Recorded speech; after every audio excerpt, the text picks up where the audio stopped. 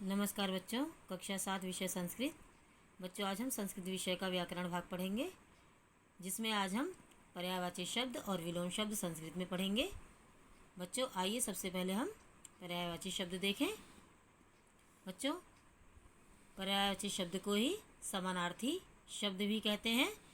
समानार्थी शब्द यानी कि किसी शब्द के का समान अर्थ बताने वाले, कि एक शब्द के कई अर्थ होना या एक वस्तु को कई नामों से जाना जाना, जिनका अर्थ एक ही होता है, उसे पर्यायवाची शब्द कहते हैं। तो बच्चों, यहाँ पर मैंने चित्र बनाए हुए हैं 2। इन चित्रों के द्वारा समझाया है कि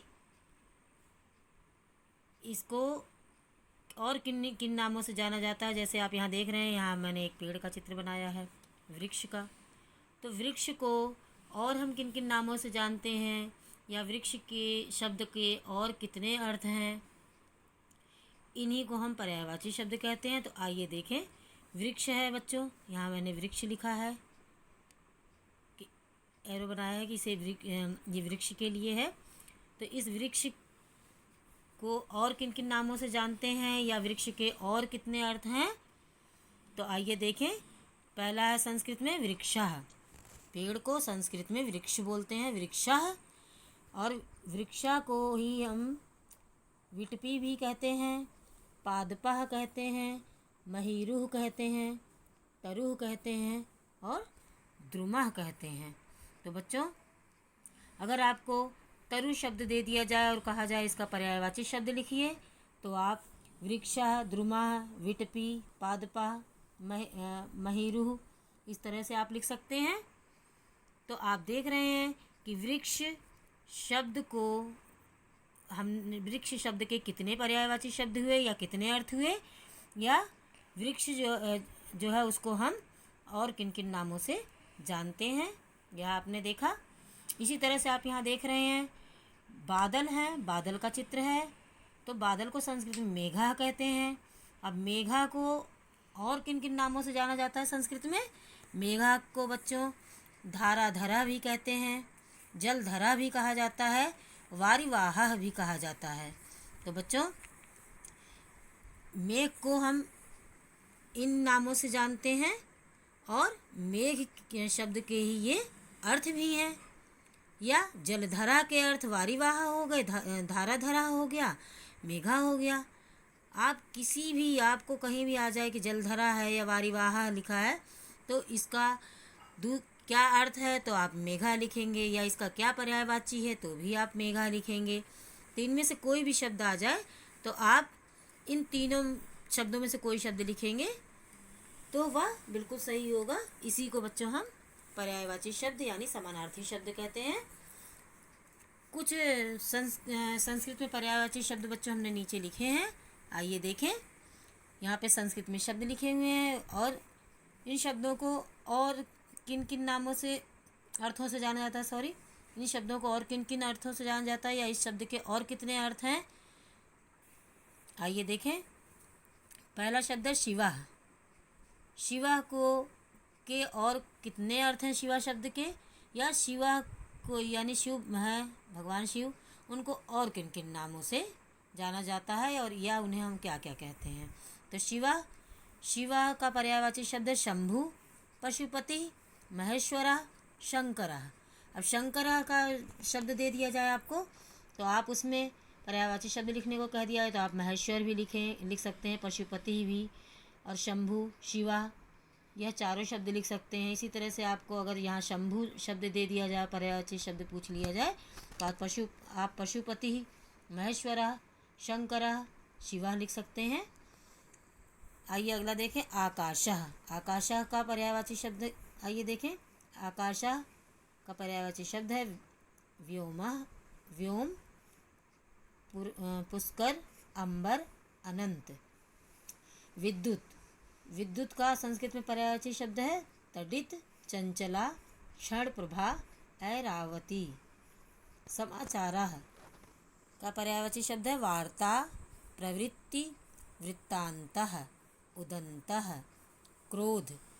क्रोध का पर्यायवाची शब्द है कोपः, रोषः, अमर्षः, प्रतिधा। गंगा, गंगा का पर्यायवाची शब्द है विष्णुपदी, भागीरथी, त्रिपथगा। पुत्र, पुत्र का पर्यायवाची शब्द है सुतः, तनयः, आत्मजः, तनुजः। देहः का पर्यायवाची शब्द है शरीरम, कायः, तनुः, वपुः। वानरः, वानरः का पर्यायवाची है कपिः, हरिः, मर्कटः, शाखा मृगः। कूर्मः, कूर्मः का पर्यायवाची शब्द है कच्छपः, कर्मठः, स्तुपृष्ठः, चतुर्गति।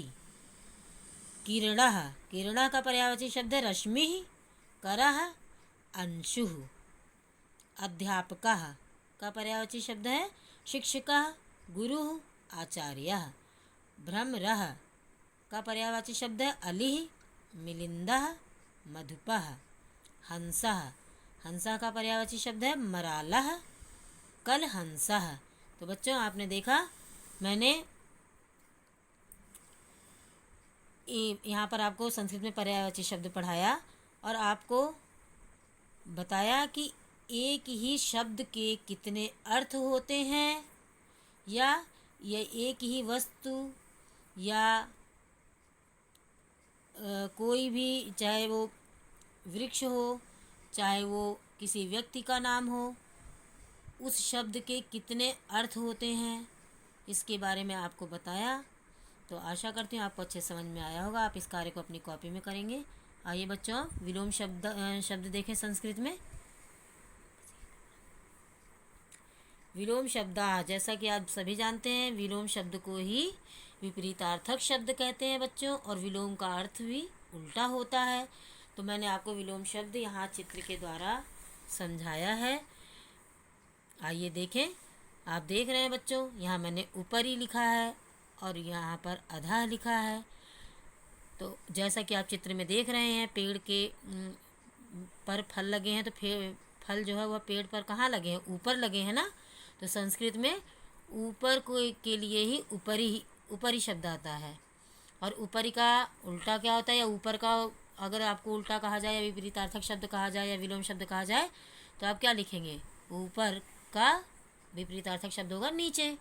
तो इसी तरह से संस्कृत में ऊपरी का विलोम शब्द क्या होगा? अधः। अधः का अर्थ होता है नीचे। तो देखो यहाँ पर देखिए बच्चों, सारे फल पेड़ पर लगे हुए हैं, लेकिन अगर हम यहाँ पर पेड़ से एक फल गिर कर नीचे आ गिरे, एक फल, तो ये क्या हो गया? ये अधः हो गया ना। जो वृक्ष पर फल लगे हैं वह ऊपरी, और जो फल नीचे गिर गया है उसको क्या कहेंगे? अधः संस्कृत में। तो इस तरह से बच्चों आप भी अपने तरीके से कोई भी चित्र बनाकर आप विलोम शब्दों को अच्छे तरीके से कर सकते हैं। जब आप चित्रों के द्वारा किसी चीज़ को पढ़ते हैं तो वह आपको बहुत अच्छे से समझ में आती है।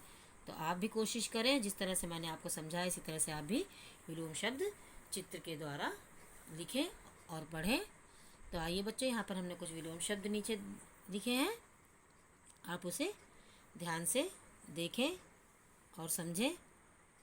अल्पज्ञ, अल्पज्ञ का विलोम शब्द है बहुज्ञ।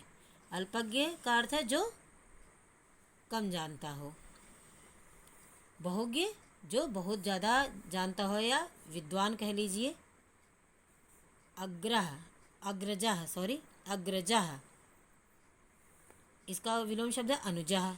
अग्रजः का अर्थ है बड़ा, अनुजः का अर्थ है छोटा। अथ का अर्थ है शुरू, और अथ का उल्टा क्या हुआ? विलोम शब्द क्या हुआ? इति। तो इसका हो गया समाप्त। इति का अर्थ है समाप्त, और अथ का अर्थ है शुरू। अल्पायु यानी कम आयु, इसका विपरीतार्थक शब्द है दीर्घायु, लंबी आयु। अधिकतम का विलोम शब्द है न्यूनतम। अधिकतम का अर्थ है अधिक और न्यूनतम का अर्थ है कम। अनुरक्त का विलोम शब्द है विरक्त। अनुरक्त का अर्थ है जो किसी व्यक्ति जीव से प्रेम करता हो, और विरक्त का अर्थ है जो किसी से प्रेम ना करता हो। आरोहणम ऊपर चढ़ना, इसका अर्थ है, और आरोहणम का विलोम शब्द है अवरोहणम। ऊपर ना चढ़ना यानी नीचे की ओर आना। खिन्ना, खिन्ना का अर्थ है दुखी होना। प्रसन्ना, प्रसन्ना का अर्थ है खुश होना। तो खिन्ना का विलोम शब्द है प्रसन्ना। बहिः, बहिः का विलोम शब्द है अंतः। बहिः का अर्थ है बाहर और अंतः का अर्थ है अंदर। पृष्ठतः का विलोम शब्द है सम्मुखः। पृष्ठतः का अर्थ है पीछे और सम्मुखः का अर्थ है सामने। उत्तरायण का विलोम शब्द है दक्षिणायन। उत्तरायण मतलब ये दिशा है बच्चों, उत्तर, और उत्तर का जो विलोम शब्द होता है वो क्या होता है दक्षिण। तो यहाँ पर संस्कृत में है उत्तरायण का विलोम शब्द दक्षिणायन। स्मरणम, स्मरणम का विलोम शब्द है विस्मरणम। स्मरणम का अर्थ है याद रहना और विस्मरणम का अर्थ है भूल जाना। तो बच्चों, मैंने आपको संस्कृत में विलोम शब्द और पर्यायवाची शब्द पढ़ाया और समझाया। आशा करती हूँ आपको अच्छे से समझ में आया होगा। आप इस कार्य को अपनी कॉपी में लिखेंगे और याद करेंगे। इसी के साथ धन्यवाद।